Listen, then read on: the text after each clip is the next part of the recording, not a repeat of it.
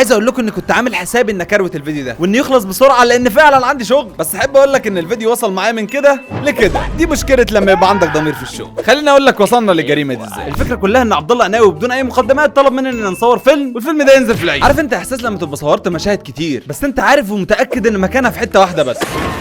احنا كنا بنصور مشاهد جامده جدا بس ما كناش عارفين احنا بنصورها ليه. ازاي هنربط المشاهد دي ببعض؟ كل الحاجات دي بقى مطلوبه من محمد الغلبان في الاستوديو بتاعه. هيقعد يفكر هيربط الحاجات دي ازاي ببعضها، وازاي يطلع فيلم في الاخر، وازاي يتنقل من مشاهد مرعبه لمشاهد مضحكه ويرجع تاني لمشاهد مرعبه. دخلت على المشاهد وبدات اختار الحاجات المناسبه منها، قصقصت الاجزاء بالظبط ورتبتها وعملت تصور مبدئي لترتيب الاحداث. وطبعا مش محتاج اقول لكم قد ايه فيكم كان متعاون معايا. لا يا سرزنة تعال الحته دي تاني.